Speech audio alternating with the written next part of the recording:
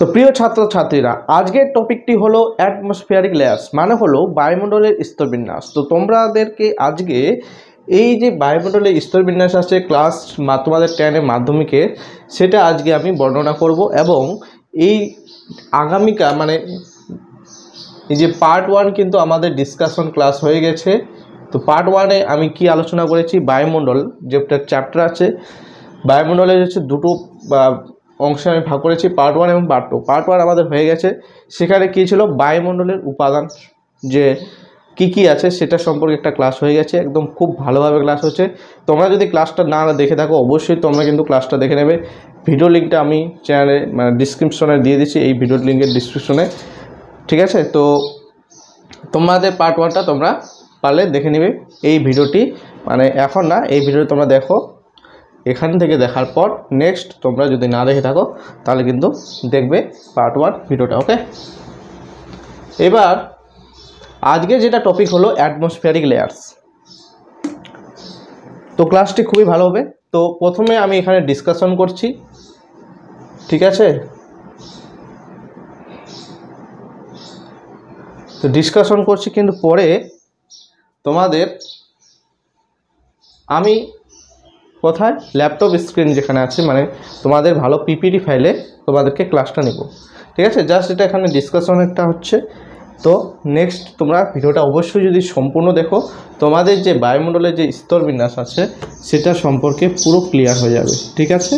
তো ইংরেজিতে হচ্ছে অ্যাটমসফিয়ার লেয়ার, আর এটা হচ্ছে বায়ুমণ্ডলের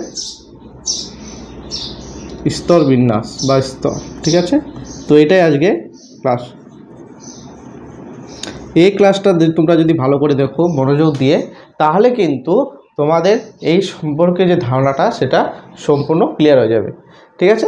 তো তোমরা দেখতে পাচ্ছ সবচেয়ে নিচের স্তর, এটার বলার আগে, এই লেয়ারটা বলার আগে আমরা হচ্ছে বায়ুমণ্ডলের যে স্তরগুলোকে আছে আমরা দুভাগে ভাগ করে পারি, ঠিক আছে। বায়ুমণ্ডলের উপাদান অনুযায়ী স্তরকে আমরা দুভাগে ভাগ করে পারি।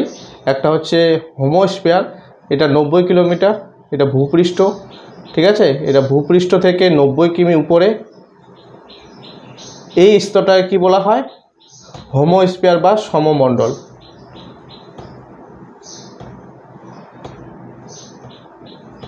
বা বাংলায় হচ্ছে সমমণ্ডল। তো এটা আমাদের মুখস্থ রাখতে হবে।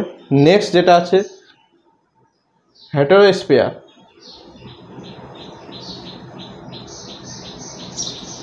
বা বিষমমণ্ডল। তাহলে এখান 90 থেকে উপরে যত আছে আমাদের কত জানি, 10,000 কিমি, ঠিক আছে। 10,000 কিমি পর্যন্ত আমাদের এই 90 থেকে 10,000 কিমি পর্যন্ত হেটেরোস্ফিয়ার বা বিষমমণ্ডল বলা হয়। তো হোমোস্ফিয়ার মানে সমমণ্ডল আর হেটেরোস্ফিয়ার মানে বিষমমণ্ডল, এই যে টপিক এটা আমি তোমাদের পরে বোঝাচ্ছি। তো কী আছে তোমরা বুঝতে পারবে নেক্সট যখন আমি ল্যাপটপ স্ক্রিনে চলে যাবো, তখন তোমাদেরকে ভালোভাবে ডিটেলসে বুঝিয়ে দেবো। এবার নেক্সট যেটা আছে আরেকটা এখানে আছে, সেটা হলো উষ্ণতার পার্থক্য অনুসারে আমরা বায়ুমণ্ডলের যে স্তর আছে সেটাকে আমরা মূলত 5 ভাগে ভাগ করতে পারি। কত ভাগে? 5 ভাগে আমরা ভাগ করি। সেই ভাগগুলোর নাম কি? সেই ভাগগুলোর নাম হচ্ছে সর্বনিম্ন স্তর, যেটাকে ট্রপোস্ফিয়ার বলে, তারপর স্ট্রেটোস্ফিয়ার, মেসোস্ফিয়ার, থার্মোস্ফিয়ার এবং এক্সোস্ফিয়ার, ঠিক আছে, এক্সোস্ফিয়ার। তো ট্রপোস্ফিয়ারের সব থেকে নিচের স্তর, এই স্তরে দেখতে পাচ্ছ আমাদের এখানে আমরা নিচে পৃথিবী পৃষ্ঠে বাস করি, এবং পৃথিবী পৃষ্ঠে বাস করার পর দেখতে পাচ্ছ এখানে আমাদের বিভিন্ন পৃথিবী পৃষ্ঠ বলতে বুঝতেই পারছো, সেখানে গাছপালা থাকবে, মানুষজন থাকবে, আরও বিভিন্ন উদ্ভিদ জগৎ থাকবে, নদী, সমুদ্র, পাহাড়, পর্বত, সমস্ত কিছুই আমরা পৃথিবী পৃষ্ঠে থাকি, ঠিক আছে। এটা যদি আমরা পৃথিবী ধরি, তো 18 কিমি ভূপৃষ্ঠ থেকে 18 কিমি। দেখো এখানে যে আছে, তো এটা বইয়ের সাথে অন্য কোনো বইয়ের সাথে নাও মিলতে পারে, ঠিক আছে, এটা একটু দেখে নেবে। আর ভূপৃষ্ঠ থেকে উপরে যে ট্রপোস্ফিয়ার আছে সেটা 18 কিমি, ট্রপোস্ফিয়ার থেকে উপরে যেটা আছে 50 কিমি, মেসোস্ফিয়ার 80 কিমি, থার্মোস্ফিয়ার হচ্ছে 500 কিমি, এবং এক্সোস্ফিয়ার 500 কিমি থেকে 10,000 কিমি। তো এটা হলো বর্ণনা, ঠিক আছে। তো ট্রপোস্ফিয়ারকে আমরা ক্ষুব্ধমণ্ডলও বলি, কারণ ট্রপোস্ফিয়ার অপরের নাম হচ্ছে ক্ষুব্ধমণ্ডল। কারণ কেন? কারণ এখানে মেঘ বৃষ্টি, তারপর মেঘ বৃষ্টি হয় বলে একে ক্ষুব্ধমণ্ডল বলা হয়, যেমন ঝড় হয় এই জন্য, ঠিক আছে। এবং ট্রপোস্ফিয়ারের সব থেকে বায়ুমণ্ডলে যে উপাদান আছে, বায়ুমণ্ডলের উপাদানের প্রায় 75% কিন্তু আমাদের ট্রপোস্ফিয়ারে আছে। তোমরা যদি বলো স্যার বায়ুমণ্ডল কি, তাহলে বায়ুমণ্ডল আমরা প্রথম পার্ট 1-এ পড়াইছি, তো তবুও বলে দিচ্ছি বায়ুমণ্ডলের বিভিন্ন উপাদান, যেমন আমরা কি অক্সিজেন নিই, কার্বন ডাইঅক্সাইড উদ্ভিদরা নেয়, তাহলে অক্সিজেন হলো, কার্বন ডাইঅক্সাইড হলো, হাইড্রোজেন হলো, হিলিয়াম হলো, মিথেন হলো, নাইট্রোজেন হলো, ঠিক আছে। এগুলোই হচ্ছে বিভিন্ন যে জলীয় বাষ্প, আরও অনেক কিছু আছে, ধূলিকণা, সেগুলো ট্রপোস্ফিয়ারে প্রায় 75% থাকে, তাহলে 25% বাকি যে স্তরগুলো আছে সেগুলোতে থাকে। ট্রপোপোজের সর্বোচ্চ স্তর, ঠিক আছে, ট্রপোপোজের সর্বোচ্চ স্তর এখানে কি আছে, ট্রপোপোজ। তারপর স্ট্রেটোস্ফিয়ারের সর্বোচ্চ স্তর আছে স্ট্রেটোপোজ, মেসোস্ফিয়ারের মেসোপোজ, থার্মোস্ফিয়ারে কোনো পোজ নেই, এক্সোস্ফিয়ারে সেরকম পোজ নেই, ঠিক আছে। এগুলো আমাদেরকে মুখস্থ করতে হবে, এবং এগুলো যে আছে এগুলো আমি সম্পূর্ণ বিস্তারিতভাবে ভালোভাবে একদম নোটের আকারে আমি বুঝাবো। এখন তোমরা অবশ্যই ভিডিওটা লাস্ট অবধি দেখো, এবং আমি তোমাদেরকে বলছি তোমরা যদি চ্যানেলটা প্রথম ভিজিট করে থাকো অবশ্যই চ্যানেলটাকে সাবস্ক্রাইব করবে, এবং ভিডিওটাকে লাইক করবে, বন্ধুদের সাথে শেয়ার করবে, এবং অসুবিধা হলে কমেন্ট সেকশন আছে, কমেন্টে করবে, ঠিক আছে। তো চলে যাই এখন ল্যাপটপ স্ক্রিনে।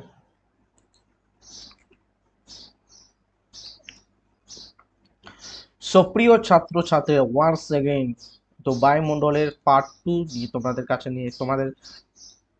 নিয়ে এসেছি তোমাদের কাছে, সেটা হলো বায়ুমণ্ডল, যেটা পার্ট 1 হয়ে গেছে। তোমরা যদি পার্ট 1 কেউ না দেখে থাকো অবশ্যই পার্ট 1টা দেখবে, খুবই একটা ভালো ক্লাস হয়েছে, এবং এই যে পার্ট 2টা আছে এই পার্ট 2টা আরও খাতারনাকভাবে ভালোভাবে ক্লাস হবে, জবরদস্ত ক্লাস হবে, ঠিক আছে।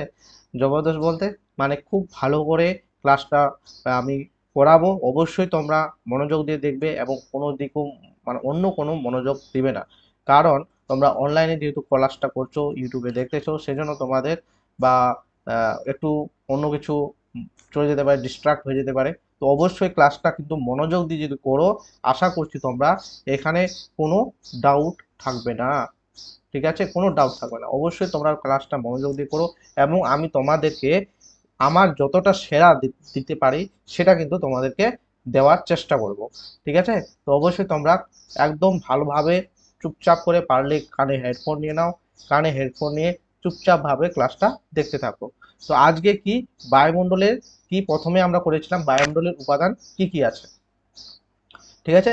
বায়ুমণ্ডলের উপাদান সম্পর্কে আমরা জানি, গ্যাসীয় উপাদান গ্যাসীয় উপাদান ছিল, জলীয় বাষ্প ছিল, ধূলিকণা। গ্যাসীয় উপাদানের মধ্যে আমরা পড়েছিলাম nitrogen, hydrogen, oxygen, helium, carbon dioxide, এই সমস্তগুলো কিন্তু আমরা পড়ে নিয়েছি, ঠিক আছে। তো আজকে কি বলবো, আজকে আমরা বিভিন্ন বায়ুমণ্ডলের যে স্তর বিন্যাসগুলো আছে, ট্রপোস্ফিয়ার, স্ট্রেটোস্ফিয়ার, ঠিক আছে, থার্মোস্ফিয়ার, এক্সোস্ফিয়ার, ম্যাগনেটোস্ফিয়ার, ঠিক আছে, এই সমস্ত স্তরগুলো কিন্তু আমরা এমনভাবে পড়বো যেটা কিন্তু ভবিষ্যতে অনেক কাজে লাগবে, এবং তোমরা যে মাধ্যমিক পরীক্ষা দিবে মাধ্যমিকে একদম তোমরা এখান থেকে কোনো কিছু ডাউট যেন না থাকে সেরকম ভাবে আমি বুঝাবো।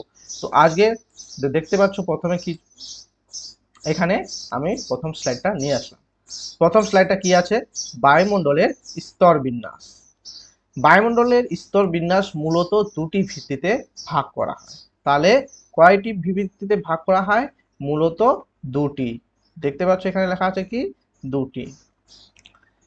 কোশ্চিন যদি করে, তো কোশ্চিন সেটা সেরকম এখানে আসে না, যদি এসে থাকে তাহলে কি আসবে, বায়ুমণ্ডলের স্তর বিন্যাস কয় মানে একটি, দুটি না তিনটি ভিত্তিতে বিভক্ত করা যায়। এমসিকিউ থাকতে পারে এখানে, তাই না, এমসিকিউ তো ভিতর থেকে অনেক কিছু দিতে পারবে, ঠিক আছে। তাহলে বায়ুমণ্ডলের স্তর বিন্যাস, বায়ুমণ্ডলের যে লেয়ার্স আছে, অ্যাটমসফিয়ারিক লেয়ার্স ইংরেজিতে বলে, সেটাকে আমরা দুটি ভিত্তিতে ভাগ করতে পারি। সেটা কি কি, সেটা আমরা এখন জানবো। উপাদানের তারতম্য অনুসারে, উষ্ণতার তারতম্য অনুসারে, সেকেন্ডটা হচ্ছে উষ্ণতা তারতম্য অনুসারে। উপাদানের তারতম্য অনুসারে আমরা জানবো, উষ্ণতার তারতম্য অনুসারে আমরা জানবো ফুল ডিটেলসে। দেখতে পাচ্ছ প্রথমে যেটা আলোচনা হবে উপাদানের তারতম্য অনুসারে স্তর বিন্যাস। বায়ুমণ্ডলকে উপাদানের তারতম্য অনুসারে দুভাগে ভাগ করা হয়, ঠিক আছে। এটা এটা হবে হেডিং, ঠিক আছে, হেডিংটা চেঞ্জ হয়। তো এখান থেকে শুরু হবে, দেখতে পাচ্ছ। তাহলে বায়ুমণ্ডলকে উপাদানের তারতম্য অনুসারে দুভাগে ভাগ করা যায়। কি? সমমণ্ডল, যেটাকে ইংরেজিতে বলে হোমোস্ফিয়ার। তোমরা বলবে তোমাদেরকে আমি বলবো যে ইংরেজি যে টার্মগুলো আছে, ইংরেজি টার্মগুলো তোমরা মুখস্থ রাখবে, ঠিক আছে। তোমাদেরকে ডেভেলপ হতে হবে, ঠিক আছে। অন্যান্য যেগুলা মানে আমাদের স্টেট থেকে বাইরে যে স্টেট, তারা খুবই উন্নত, ঠিক আছে, এবং আমাদের রাজ্যের উত্তর দিনাজপুর খুব পিছিয়ে আছে এডুকেশন দিক থেকে, ঠিক আছে। কারণ এডুকেশন সিস্টেমটা সেরকম মানে কোনো কিছু ভালো জায়গায় হয়তো গাইড পাচ্ছ না, ঠিক আছে।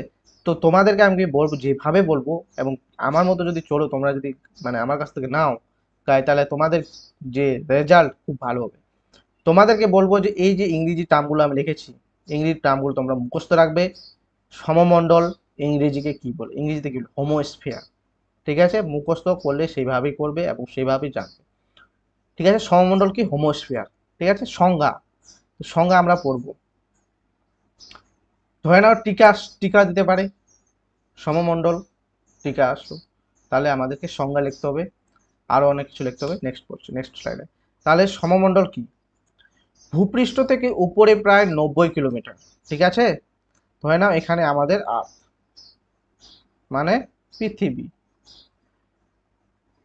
আমরা উষ্ণতার তারতম্য অনুসারে এটা আমরা করছি ভাগ। তো আমরাকে এত দুটি ভাগে ভাগ করি, ঠিক আছে। স্তর অনুসারে, স্তর অনুসারে এটা হচ্ছে একটা, এখানে দুটি ভাগে বলতে এখানে সমমণ্ডল, এটা বিশ্বমণ্ডল, বুঝতে পারলে। তাহলে এখানে আর্থ, আমাদের যে স্তরগুলো আছে সেই স্তরের গুলোকে আমরা উপাদানের তারতম্য অনুসারে দুভাগে ভাগ করি। একটা হলো সমমণ্ডল আর একটা হলো বিশ্বমণ্ডল। সমমণ্ডল সম্পর্কে আমি এখন জানছি। দেখো, ভূপৃষ্ঠ থেকে উপরে 90 কিলোমিটার, মানে এখানে 90 কিমি পর্যন্ত উচ্চতা পর্যন্ত বিস্তৃত সমধর্মী রাসায়নিক গঠনযুক্ত অর্থাৎ সমানুপাতে গ্যাসীয় উপাদান যুক্ত বায়ুমণ্ডলকে বা বায়ুমণ্ডলের স্তরকে হোমোস্ফিয়ার বা সমমণ্ডল বলে।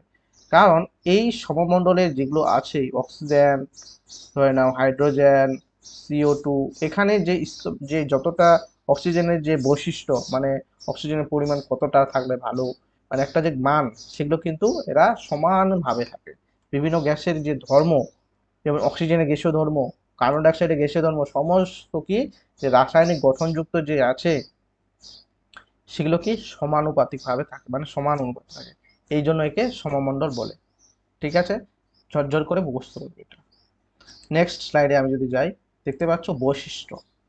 সমমণ্ডল আমরা কেন বলবো, কেন বলবো সমমণ্ডল, সেটার বৈশিষ্ট্যটা কিন্তু এখানে আমি দিয়ে দিয়েছি। কেন বলে দেখো, সমমণ্ডল শুষ্ক বিশুদ্ধ বায়ু, জলীয় বাষ্প, জৈব অজৈব কণিকা দিয়ে গঠিত। তাহলে সমমণ্ডল কি? শুষ্ক বিশুদ্ধ বায়ু, জলীয় বাষ্প, জৈব অজৈব কণিকা নিয়ে গঠিত। এবার 2 নাম্বার কি বলছে? হোমোস্ফিয়ারে বা সমমণ্ডলে নিচের স্তর অর্থাৎ ভূপৃষ্ঠ থেকে 90 কিমি উচ্চতা পর্যন্ত বিস্তৃত, যেটা আমরা সংজ্ঞাতে পেয়েছি। যারা স্মার্ট তারা কিন্তু সংজ্ঞা থেকে বৈশিষ্ট্যগুলা ছেকে বের করতে পারবে, ছেকে, ঠিক আছে। কিভাবে দেখছো 2 নাম্বার পয়েন্টটা। আমি যদি তোমাদেরকে বলি এই সংজ্ঞা থেকে বৈশিষ্ট্য কি করবো, এখান থেকে আমি যদি বার করি প্রথম যেটা বৈশিষ্ট্য হবে, তাহলে এর বিস্তারটা হবে ভূপৃষ্ঠ থেকে উপরে প্রায় 90 কিলোমিটার এর বিস্তার সমমণ্ডলের। তারপর 2 নাম্বার বৈশিষ্ট্য আমি কি বলবো সংজ্ঞা থেকে যদি ধরি, এর রাসায়নিক গঠনযুক্ত সমানুপাতিক হয়, ঠিক আছে। দুটা বৈশিষ্ট্য আমি এখান থেকে পেয়ে গেলাম, ঠিক আছে। এবার নেক্সট 3টা এখানে আছে, তো 3 দেখো। সমমণ্ডল, সমমণ্ডল কি বলছে? সমমণ্ডল ট্রোপোস্ফিয়ার, স্ট্রেটোস্ফিয়ার, মেসোস্ফিয়ার ও থার্মোস্ফিয়ারের নিম্নাংশ নিয়ে গঠিত। যে এই যে স্তরগুলো আছে এই স্তরের নিম্নের অংশগুলো দিয়ে কিন্তু এটা গঠিত। তো বৈশিষ্ট্য এবং সংজ্ঞা দিলে কিন্তু হয়ে যাবে যদি টিকা আসে সমমণ্ডলের, ঠিক আছে।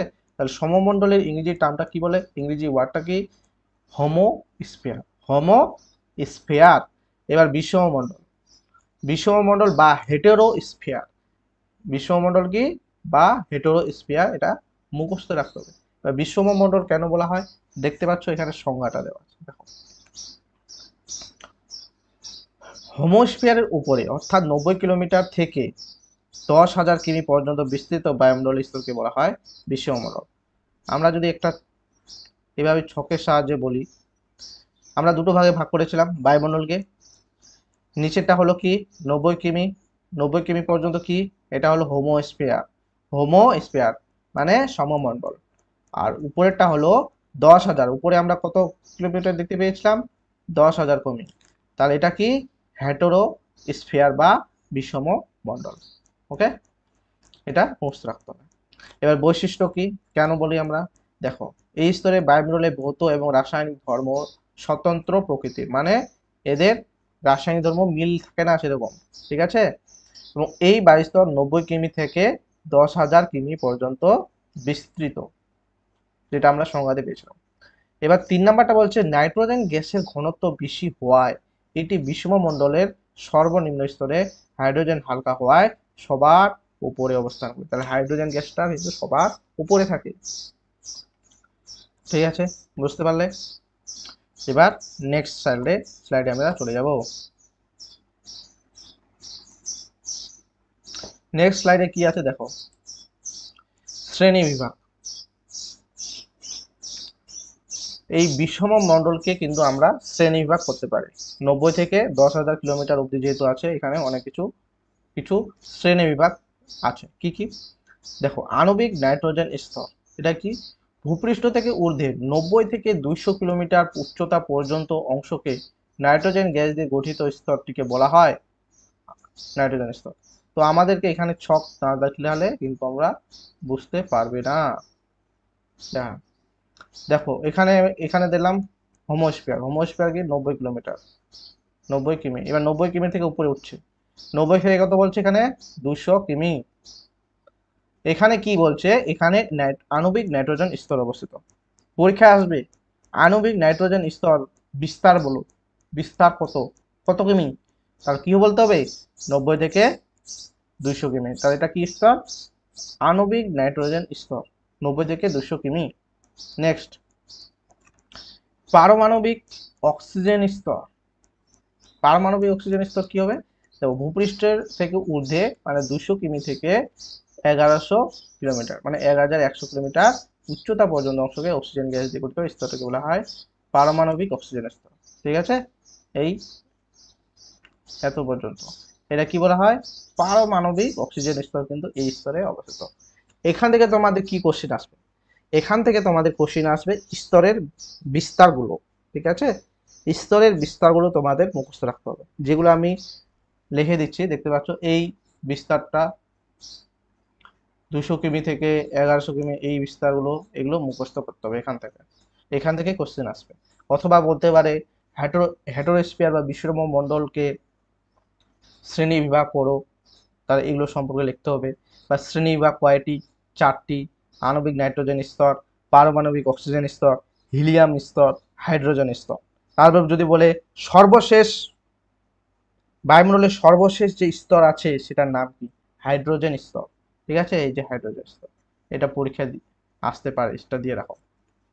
এবার দেখো হিলিয়াম স্তর, ভূপৃষ্ঠ থেকে ঊর্ধ্বে 1100 কিমি থেকে 3500 কিলোমিটার উচ্চতা পর্যন্ত অংশে হিলিয়াম গ্যাস দিয়ে গঠিত স্তরটিকে বলা হয় হিলিয়াম স্তর।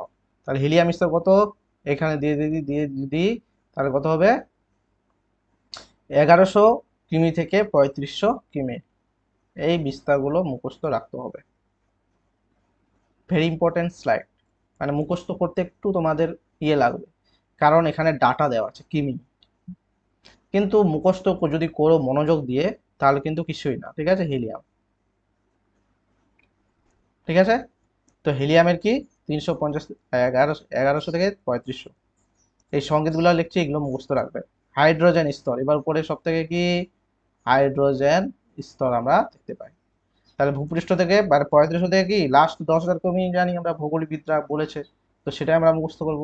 তার উপরে আছে কি না নেই আমাদের জানা দরকার নেই, আমাদের পরীক্ষায় নাম্বার তুলতে হবে। ভূগোলবিদরা বলেছে যে বায়ুমণ্ডলে ভূপৃষ্ঠ থেকে বায়ুমণ্ডল সর্বোচ্চ স্তর হলো 10,000 কিমি, ঠিক আছে।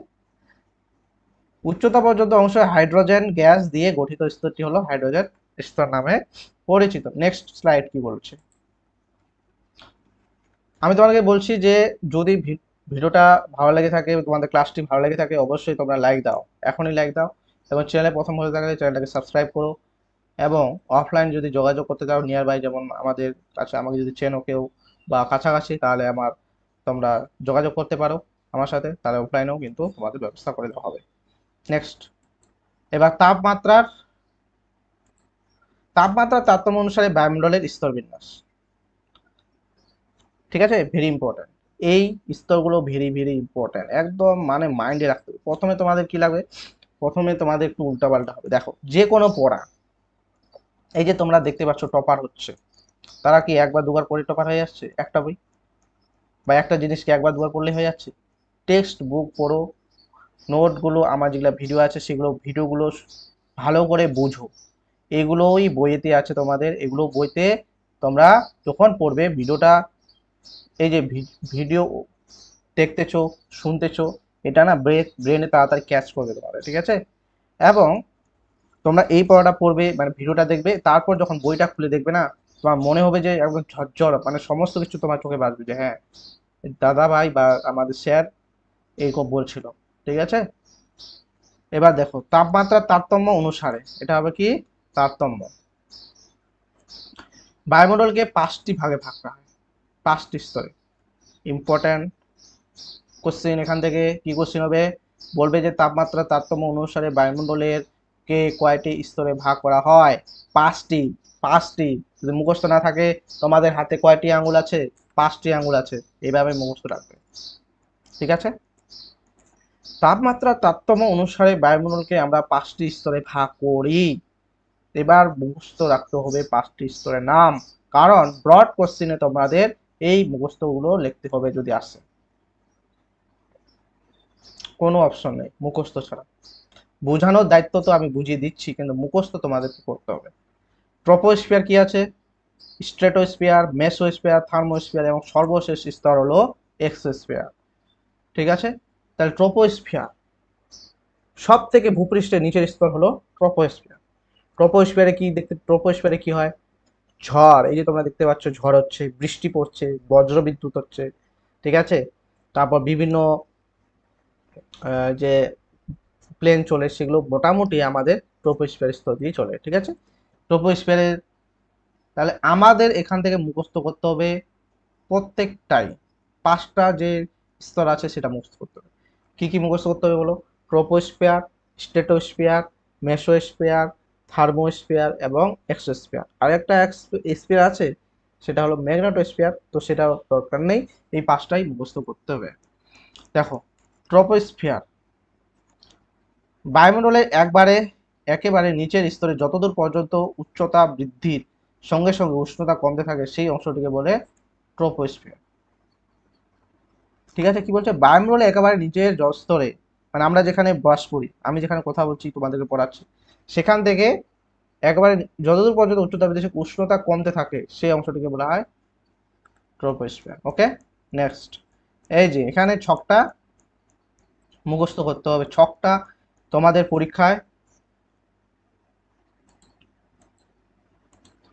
পরীক্ষায় কিন্তু এই ছকটা, যদি ব্রড কোশ্চেন আসে, এই ছকটা কিন্তু তোমাদেরকে আর্ট করতেই হবে, ঠিক আছে?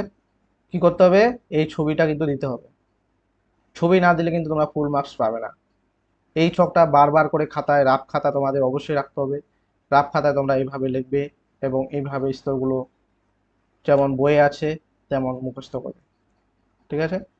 তো প্রথমে দেখতে পাচ্ছ এটা সমুদ্রপৃষ্ঠ বা পৃথিবী, এটা পৃথিবীটার উপরে সব থেকে যেটা আছে ট্রপোস্ফিয়ার, সেটা দেখতে পাচ্ছ কত আছে, 18 কিলোমিটার এখানে আছে। তারপর দেখতে পাচ্ছ এখানে 50 কিলোমিটার। স্ট্র্যাটোস্ফিয়ার কি বিস্তার হলো 50 কিলোমিটার, 50 কিমি, কত 18 কিমি থেকে 50 কিমি, বা কোনো কোনো বইয়ে দেখতে পাবে 20 কিমি, ঠিক আছে? তো এই যে কিমির বিস্তারগুলো আছে, বিভিন্ন বই একটু বিভিন্ন রকম থাকে, এটা আমি বলে দিচ্ছি আগে, পরে বলতে পারবে না যে স্যার আপনি আপনার যে ছুটটা ছিল এখানে এটা ছিল, বা আপনি যে পড়াচ্ছেন, এই যে মোটামুটি একটু দুই দুই 2 কিমি 3 কিমি এরকম ডিফারেন্স থাকতে পারে, আমি বলে দিচ্ছি। 0 থেকে 18 কিমি, এবং স্ট্রেটোস্ফিয়ারে যেটা সর্বশেষ, যেটা 50 কিমি, তারপর মেসোস্ফিয়ার 80 কিমি, এইখানে একটু গন্ডগোল হয়, এমনি উপরেগুলো সব ঠিক থাকবে। 80 কিমি মানে ট্রপোস্ফিয়ারে যে স্তরটা আছে সেখানে কোথাও 18 কিমি হয় অথবা 20 কিমি। বাকি যেমন স্ট্রেটোস্ফিয়ার 50 তো 50 মুখস্থ রাখতে হবে। তারপর মেসোস্ফিয়ার যেমন 80 কিমি, থার্মোস্ফিয়ার 500 কিমি, এক্সোস্ফিয়ার 7750 কিমি এক্সোস্ফিয়ার, এবং ম্যাগনেটোস্ফিয়ার এখানে দেখতে পাচ্ছ, মানে এক্সোস্ফিয়ার 10,000ও চলে যেতে পারে। ঠিক আছে, তো এটা কিন্তু বইয়ে যেটা আছে ছকটা কিন্তু মুখস্থ রাখতে হবে। নেক্সট ছকটা একটু দেখো তো, তখন আমি একটু জল খাই।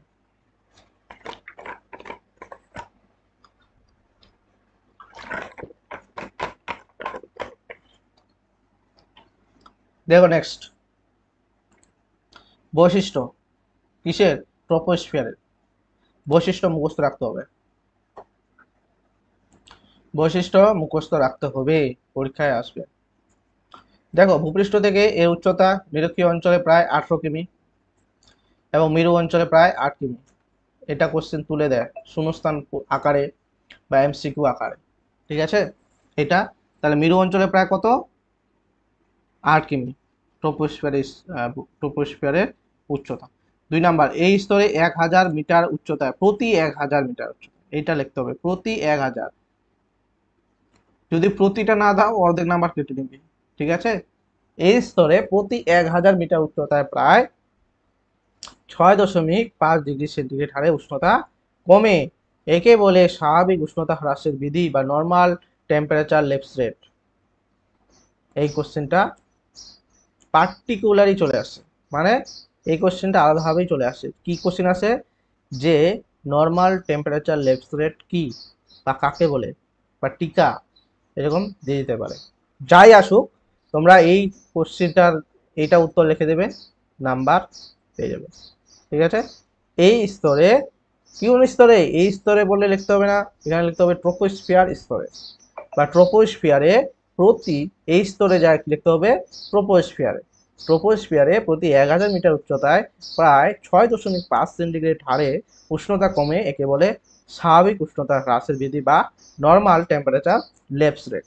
ওকে, 3 নম্বর কি বলছে, বায়ু প্রবাহ, মেঘ, বৃষ্টি, ঝড়, বজ্রপাত প্রভৃতি সবের সৃষ্টি হয় এই স্তরে, এই স্তরে এক নাম ক্ষুব্ধ মণ্ডল। ওরে বাপরে, ভেরি ভেরি ইম্পর্ট্যান্ট, এটাও ইম্পর্ট্যান্ট, প্রত্যেকটা ইম্পর্ট্যান্ট, মানে ট্রপোস্ফিয়ার থেকে বেশি কম, মানে বেশি কোশ্চেন আছে। ক্ষুব্ধ মণ্ডল বলা হয় কোন স্তরকে, বলো, বা ক্ষুব্ধ মণ্ডল স্তর কাকে, কাকে বলে আসবে না, ক্ষুব্ধ মণ্ডল কোন স্তরকে বলা, এই কোশ্চেনটা আসবে। তাহলে উত্তর কি বলতে হবে, ট্রপোস্ফিয়ার। আরেকটা কোশ্চেন কি আসতে পারে, আরেকটা কোশ্চেন আসবে যে ট্রপোস্ফিয়ার স্তরের অপর নাম কি, কি বলতে হবে, ক্ষুব্ধমণ্ডল বা ঝড়ঝঞ্ঝার স্তরও বলা হয় এটাকে। বায়ুমণ্ডলের মোট গ্যাস, কি বলছে, বায়ুমণ্ডলের মোট গ্যাসীয় ভরের প্রায় 75% এই স্তর থাকে। ঠিক আছে, আমরা তো পড়েছিলাম বায়ুমণ্ডলের উপাদানের মধ্যে ট্রপোস্ফিয়ারে আমরা বেশি গ্যাসীয় উপাদান থাকতে পাই, তাই না, এটাই বলছে এখানে। বায়ু দূষণকারী অধিকাংশ উপাদানও থাকে এই স্তরে। বায়ু দূষণকারী কি, আমরা যে বাইক চালাই, তারপর গাড়ি ঘোড়া চলে, কলকারখানা ধোয়া চলে, বাড়ির উনুন, গ্রামের উনুন কি চলে, গ্রামে তো বেশিরভাগ, তোমরা ইয়ে করবে না, মানে শহরে যেমন গ্যাস ওভেন চলে, ঠিক আছে, কিন্তু গাড়ি ঘোড়ার পরিমাণ বা কলকারখানার পরিমাণ থেকে যেমন ধোঁয়া বের হয়, গ্রামেও সেই পরিমাণও কিন্তু আমাদের বায়ু দূষণ ঘটায়। কি করে, গ্রামের বাড়িতে কি হয়, উনুন প্রত্যেক দিন সকাল বিকেল রাত্রে যদি উনুনটা জ্বলে, গ্রামের উনুন তোমরা জানো, তাহলে কত পরিমাণে ধোঁয়া বেরোচ্ছে, বুঝতে পারছো, প্রত্যেকটা বাড়ি থেকে। মনে করো না যে গ্রামে আমাদের বায়ু দূষণ হয় না, আমাদের তো গাড়ি চলে না, বাইক চলে না, কলকারখানা নাই, কিন্তু বাড়ির উনুন থেকে কিন্তু বেশি পরিমাণে আমরা ধোঁয়া বের হয়, মানে স্মোক, ঠিক আছে, খুব বেরোয়, তো বায়ু দূষণ কিন্তু ঘটায়। ঠিক আছে, এবং বায়ু দূষণকারী উপাদান কি, বায়ু দূষণ কোন স্তরে থাকে, ট্রপোস্ফিয়ার। নেক্সট পেজে যাই এবার, ট্রোপোপজ, পজ, তোমরা গান চালাও না, গান, আচ্ছা আমি এখানে পেলাম, গান চালাও না, মিউজিক চালাও বা ভিডিও চালাও, মোবাইল ইউজ করো সবাই, তোমাদের এরকম লেখা অপশন থাকে না মিউজিক প্লেয়ারে, প্লে, পজ, প্লে মানে কি চালিয়ে দাও, মানে চালু হয়ে গেল, পজ মানে কি থামাই দাও, বন্ধ হয়ে গেল গানটা। সেরকমই এই পজ মানে কি থেমে যাওয়া, ঠিক আছে। ট্রপোস্ফিয়ার থেমে গেছে, ট্রপোস্ফিয়ারের যে ঊর্ধ্বসীমা, ট্রপোস্ফিয়ারের বায়ুমণ্ডলের যে স্তরটা আছে, যে লাস্ট সীমানা, ভূপৃষ্ঠ থেকে যে ট্রপোস্ফিয়ার লাস্ট সীমানা, সেটাই হলো ট্রোপোপজ। সেটাকে কি বলে? ট্রোপোপজ। মানে ট্রপোস্ফিয়ারে তা থেমে গেছে, শেষ হয়ে গেছে ওখানে স্তরটা। নেক্সট স্তর হলো স্ট্রেটোস্ফিয়ার, শুরু হয়ে গেছে, ঠিক আছে। ট্রপোস্ফিয়ারের ঊর্ধ্বসীমায়, ঠিক আছে, দেখতে পাচ্ছ ট্রপোস্ফিয়ারের ঊর্ধ্বসীমায় যেখানে উষ্ণতা কমেও না বাড়ে না, অর্থাৎ প্রায় ধ্রুবক, হিমাঙ্কের নিচে -55°C থাকে, তাকে ট্রোপোপজ বলে। এই স্তরের মধ্য দিয়ে প্রবল গতিপূর্ণ বায়ু জেট স্ট্রিম প্রবাহিত হয়। একটা বায়ু আছে, সেটা জেট স্ট্রিম, ট্রোপোপজ স্তরের মধ্য দিয়ে প্রচুর পরিমাণে বায়ুটা বাহিত হয়, ঠিক আছে, মনে থাকবে। তার ট্রোপোপজ কি? ট্রোপোস্ফিয়ারের ঊর্ধ্বসীমা। মানে তোমাদের ছকে যদি দেখাই, ছকটা দেখিয়ে নিয়ে আসি। ট্রপোস্ফিয়ার ঊর্ধ্বসীমা এই যে এখানে, ঠিক আছে, এই যে সমুদ্রপৃষ্ঠ থেকে এটা ট্রপোস্ফিয়ার, ট্রপোস্ফিয়ারের ঊর্ধ্বসীমা মানে হচ্ছে, দেখতে পাচ্ছ এই যে এই জায়গাটাকে বলে ট্রোপোপজ। যেমন পরে আছে কি স্ট্রেটোস্ফিয়ার, ট্রোপোপজের উপর স্ট্রেটোস্ফিয়ার অবস্থিত। স্ট্রেটোস্ফিয়ার যেখানে শেষ হয়েছে সেখানে কি বলে? স্ট্র্যাটোপজ। ওকে, মেসোস্ফিয়ার যেখানে শেষ হয়েছে, এই স্তরটা দেখতে পাচ্ছ, এটা হলো মেসোপজ। তারপর কোনো পজ নেই, থার্মোস্ফিয়ার, এক্সোস্ফিয়ার, এগুলো মুখস্থ করতে হবে, বুঝতে পারছো? ছবি দেখে পড়বে, ছবি দেখে পড়বে, বইয়ে তোমাদের পাশে ছবি থাকবে, সেটা দেখে পড়বে। এবং তোমাদের আশা করছি যেভাবে পড়াচ্ছি কোনো অসুবিধা হচ্ছে না। Next, stratosphere. বায়ুমণ্ডলের দ্বিতীয় যে স্তরটা আছে সেটা হলো স্ট্র্যাটোস্ফিয়ার, ঠিক আছে। কি বলছে? ট্রোপোপজের উপরে প্রায় 50 কিমি উচ্চতা পর্যন্ত যে বায়ুস্তর আছে তার নাম হলো স্ট্র্যাটোস্ফিয়ার। বৈশিষ্ট্য কি? এই স্তরের মধ্য দিয়ে যতই উপরে ওঠা যায়, উষ্ণতা উন্নত না, ঠিক আছে, ভুল হয়ে গেছে এটা, সরি মিস্টেক। ওকে, এই স্তরের মধ্য দিয়ে যতই উপরে ওঠা যায়, উষ্ণতা ক্রমশ বাড়তে থাকে এবং প্রায় 50 কিমি উচ্চতায় বায়ুর উষ্ণতা, ওই উষ্ণতাটা টাইপটা হচ্ছে না, সবচেয়ে বেশি প্রায় 10°C হয়, মুখস্থ রাখতে হবে। 2 নাম্বার, এই স্তরের ওজন গ্যাসের ঘনত্ব, এখানে O3 হবে। তাহলে ওজনের সংকেত কি? ওজন গ্যাসের সংকেত O3, স্টার দিয়ে রাখো, মুখস্থ রাখতে হবে, মাথায় রাখতে হবে, ঠিক আছে, মাথায় রাখবে কিন্তু, ঠিক আছে। ওজন গ্যাসের সংকেত, ওজন স্তর কোথায় অবস্থিত, ভেরি ভেরি ভেরি ইম্পর্ট্যান্ট। আমি বলবো ওজন স্তর কোন স্তরে আমরা দেখতে পাই? স্ট্র্যাটোস্ফিয়ার, এখানে সবকিছু দেখতে পাই। এই স্তরে ওজন স্তর বা ওজন গ্যাসের ঘনত্ব খুব বেশি থাকে, এজন্য একে ওজন স্তরও বলে। পুরোপুরি ভাবে একদম ডিটেলসে তোমাদেরকে বলে দিচ্ছে, পড়াচ্ছি প্লাস কোশ্চেন কি হতে পারে সেটাও কিন্তু তোমাদেরকে বলে দিচ্ছি। তাহলে ওজন স্তর কোথায় দেখতে পাই আমরা? স্ট্র্যাটোস্ফিয়ারে, ঠিক আছে। এবার নেক্সট, এবার 3 নাম্বার, সূর্য থেকে আগত অতিবেগুনি ক্ষতিকারক অতিবেগুনি রশ্মি, দেখো ওজন স্তরে শোষিত হয় বলে এখানকার উষ্ণতা বৃদ্ধি পায়, উষ্ণতা বৃদ্ধি পায়। কে শোষণ করে? সূর্য থেকে অতিবেগুনি রশ্মি যদি আমাদের সরাসরি স্ক্রিনে পড়ে বা উদ্ভিদ জগতে পড়ে, সেটা কি হয়? ক্ষত চিহ্ন হয়ে যায়, মানে ঘায়ের মতো হয়ে যায়। সেই ক্ষতিকারক অতিবেগুনি রশ্মিকে শোষণ কে করে? ওজন স্তর। কে করে? ওজন স্তর, মুখস্থ রাখতে হবে। ওজন স্তরের সংকেত কি? O3। অক্সিজেন O2, তার একটা পরিমাণ বাড়িয়ে দাও, O3 করে দাও, সেটা হয়ে গেল ওজন। এবং ওজন অক্সিজেন থেকে কিন্তু এই ওজন স্তরটা, ওজন লেয়ারটা তৈরি হয়েছে, ঠিক আছে। এবার নেক্সট 4 নাম্বার, 4 নাম্বার কি বলছে? এই স্তরে জলীয় বাষ্প বা মেঘ প্রায় থাকে না বললেই চলে, ঠিক আছে। জলীয় বাষ্প মেঘ প্রায় থাকে না। মেঘ জলীয় বাষ্প কোথায় বেশি থাকে বলো? ট্রোপোস্ফিয়ারে, ট্রোপোস্ফিয়ারে, কারণ মেঘ লাগলে বৃষ্টি হয়, বৃষ্টি কোথায় হয়? ট্রোপোস্ফিয়ার স্তরে, এবং স্ট্র্যাটোস্ফিয়ারে হয় না, থার্মোস্ফিয়ারে হয় না, মেসোস্ফিয়ারে হয় না। ওকে, এই স্তরে জলীয় বাষ্প মেঘ প্রায় থাকে না বললেই চলে, এই জন্য স্ট্র্যাটোস্ফিয়ার স্তরকে বলে শান্ত মণ্ডল। তাই দ্রুতগামী জেট বিমান সময় এই স্তরের মধ্য দিয়ে যাতায়াত করে। তাহলে শান্ত মণ্ডল বলা হয় কোন স্তরকে? স্ট্র্যাটোস্ফিয়ার। এখান থেকে কি কি কোশ্চেন আসবে আমি আবার বলে দিচ্ছি। দেখো এখানে শান্ত মণ্ডল বলা হয় কোন স্তরকে? স্ট্র্যাটোস্ফিয়ার। ওজোন স্তর, ওজোন স্তরের সংকেত কি? O3। ওজোন স্তর কোথায় আমরা দেখতে পাই? কোন স্তরে? স্ট্র্যাটোস্ফিয়ারে। সূর্য থেকে অতি বেগুনি ক্ষতিকর রশ্মি কে শোষণ করে? ওজোন স্তর। ঠিক আছে, ওজোন স্তর সম্পর্কে একটা আমার এখানে দেওয়া উচিত ছিল, দেওয়া হয়নি মনে হচ্ছে। কারণ ওজোন স্তর O3 ধ্বংসপ্রাপ্ত হয় পুরোপুরি, মানে এই যে কার্বন ডাইঅক্সাইড, তারপর আমাদের রেফ্রিজারেটর বা ফ্রিজ থেকে যেটা ক্ষতিকর রশ্মি মানে ক্ষতিকর গ্যাস নির্গত হয় CFC ক্লোরোফ্লোরোকার্বন, সেখান থেকে কিন্তু ওজোন স্তর ধ্বংস হয়। এবং ওজোন স্তর যে এককে মাপা হয় সেটা হলো ডবসন ইউনিট। এগুলো কিন্তু দেওয়া হয়নি, ঠিক আছে, ডবসন ইউনিটে মাপা হয়, তো এগুলো দেওয়া উচিত ছিল। ঠিক আছে, নেক্সট কোনো সময় বলে দেবো না হলে।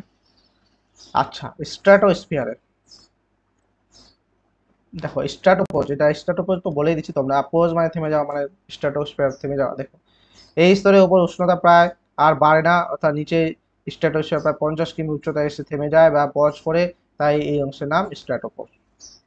নেক্সট চ্যাপ্টার, বলছে নেক্সট স্লাইডে কি আছে দেখো। মেসোস্ফিয়ার, কি আছে? স্ট্র্যাটোপোজের উপরে 80 কিমি। বিস্তারগুলো না প্রত্যেকটাই মুখস্থ রাখবে, আমি বলে দিচ্ছি বিস্তার থেকে পরীক্ষা আসবে। স্ট্র্যাটোস্ফিয়ার প্রায় 80 কিমি উচ্চতা পর্যন্ত উষ্ণতা কমতে থাকে, এই স্তরটিকে বলে মেসোস্ফিয়ার। গ্রিক শব্দ মেসো মানে মধ্যম অংশ, মেসো মানে কি? মধ্যম অংশ, কারণ এই স্তরটা মিডিলে আছে। ঠিক আছে, মিডিলে কেমন ভাবে আছে তোমাদের দেখি ছবি দেখে বোঝাতে হবে। দেখো এখানে ট্রোপোস্ফিয়ার, এখানে স্ট্র্যাটোস্ফিয়ার, মিডিলে মেসোস্ফিয়ার, উপরে দেখো এক্সোস্ফিয়ার, থার্মোস্ফিয়ার। তাহলে কথা হলো 5টা টোটাল, ম্যাগনেটোস্ফিয়ার বাদ দাও, পরীক্ষা সেরকম দেয় না, দিতে মানে তোমার ছবিতে দেখাতে পারো। তো মেসোস্ফিয়ারটা মিডিলে অবস্থিত। ওকে,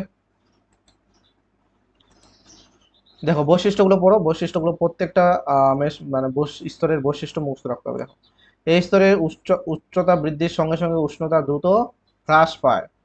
ঠিক আছে, 80 কিমি উচ্চতায় বায়ুর উষ্ণতা সবচেয়ে কম থাকে, প্রায় 93 ডিগ্রি সেন্টিগ্রেড মাইনাস হবে। ঠিক আছে, -93 ডিগ্রি সেন্টিগ্রেড। বায়ুমণ্ডলে গ্যাসীয় উপাদানের পরিমাণ এখানে সামান্যই থাকে, তাই বায়ুচাপও খুব কম। বায়ুচাপ কেন কম? কারণ গ্যাসীয় উপাদান সেরকম থাকে না। এবং মহাকাশ থেকে আগত উল্কাপিণ্ড এই স্তরে এসে ছাই হয়ে যায়। এখান থেকে এটা ইম্পর্টেন্ট যে মহাকাশ থেকে আগত যে উল্কাপিণ্ড কোন স্তরে ছাই হয়ে যায়? মেসোস্ফিয়ার স্তরে, যেটা হচ্ছে যেটা কি বলে মধ্য স্তর, মেসোস্ফিয়ার। বুঝতে পারলো? আর বুঝতে পারলা তো? তো তোমরা দেখো মেসোপজ তোমরা জানোই, আর কি বলো, মেসোপজ যেখানে মেসোস্ফিয়ার যে উচ্চতা এসে থেমে যায় সেটা মেসোপজ। ওকে, নেক্সট স্লাইড হচ্ছে থার্মোস্ফিয়ার। থার্মোস্ফিয়ার কি বলছে দেখো। মেসোপজের উপরে প্রায় 500 কিলোমিটার উচ্চতা পর্যন্ত বায়ুমণ্ডলের যে স্তর আছে তাকে থার্মোস্ফিয়ার। এই বিস্তারগুলো মুখস্থ রাখবে। বৈশিষ্ট্য কি? এই স্তরে বায়ুর উষ্ণতা দ্রুত হারে বাড়তে থাকে, 80 কিমি উচ্চতায়, এটা ভুল আছে, বাড়তে থাকে। এবং 80 কিমি উষ্ণতা কত ছিল? -93। না ঠিক আছে, এটা তো সর্বশেষ স্তর মেসোস্ফিয়ার, তাই না? এটা ঠিক আছে। এবং 500 কিমি উচ্চতায় এর কত হয়? 1200 degree centigrade. Very very important. এবং 2 নাম্বার হচ্ছে এখানে বায়ুমণ্ডলের যে সমস্ত গ্যাসীয় অণু পরমাণু থাকে সেগুলো সবই তড়িৎপূর্ণ বা আয়নাইজ, তাই এই স্তরের আরেকটা নাম আয়নোস্ফিয়ার। আয়নোস্ফিয়ার কেন বলা হয়? কারণ এখানে যে সমস্ত গ্যাসীয় অণু পরমাণু থাকে সেগুলো সমস্ত তড়িৎপূর্ণ, সেজন্য তাই এই স্তরের নাম আয়নোস্ফিয়ার। মেরুজ্যোতি কি? মেরুজ্যোতি কোথায় দেখা যায় বা মেরু প্রভা কোথায় দেখা যায়? থার্মোস্ফিয়ার স্তরে। ঠিক আছে, মেরুজ্যোতি বা মেরু হালকা রামধনুর মতো আলো এই স্তরে দেখা যায়। এখানকার উপাদানগুলি আয়নিত অবস্থায় থাকে, ভূপৃষ্ঠের বেতার তরঙ্গগুলি এই আয়নোস্ফিয়ারে প্রতিহত হয় এবং পৃথিবীতে ফিরে আসে। যেমন আলো তরঙ্গ প্রতিফলিত হয় আয়না থেকে, যেমন তাহলে বেতার তরঙ্গ, তারপর তোমাদের ইয়ে আয়নোস্ফিয়ারে যেটা সেটা কি হলো? আয়নোস্ফিয়ারে যেটা মেরুজ্যোতি বা মেরু প্রভা দেখা যায় সেটা মুখস্থ রাখবে। এবং 500 কিমি উচ্চতায় থার্মোস্ফিয়ারের উষ্ণতা কত? 1200 ডিগ্রি সেন্টিগ্রেড। বুঝতে পারছো? 1200 ডিগ্রি, যেখানে আমাদের 100 ডিগ্রি সেন্টিগ্রেড উষ্ণতায় আমাদের রান্না হয়, তাই না? জলটা ফুটে ওঠে, সেখানে 1200, বুঝতে পারছো কত উষ্ণতা হতে পারে। ওকে, নেক্সট স্লাইড তোমাদেরকে দেখি। এটা হচ্ছে সর্বশেষ স্তর এক্সোস্ফিয়ার।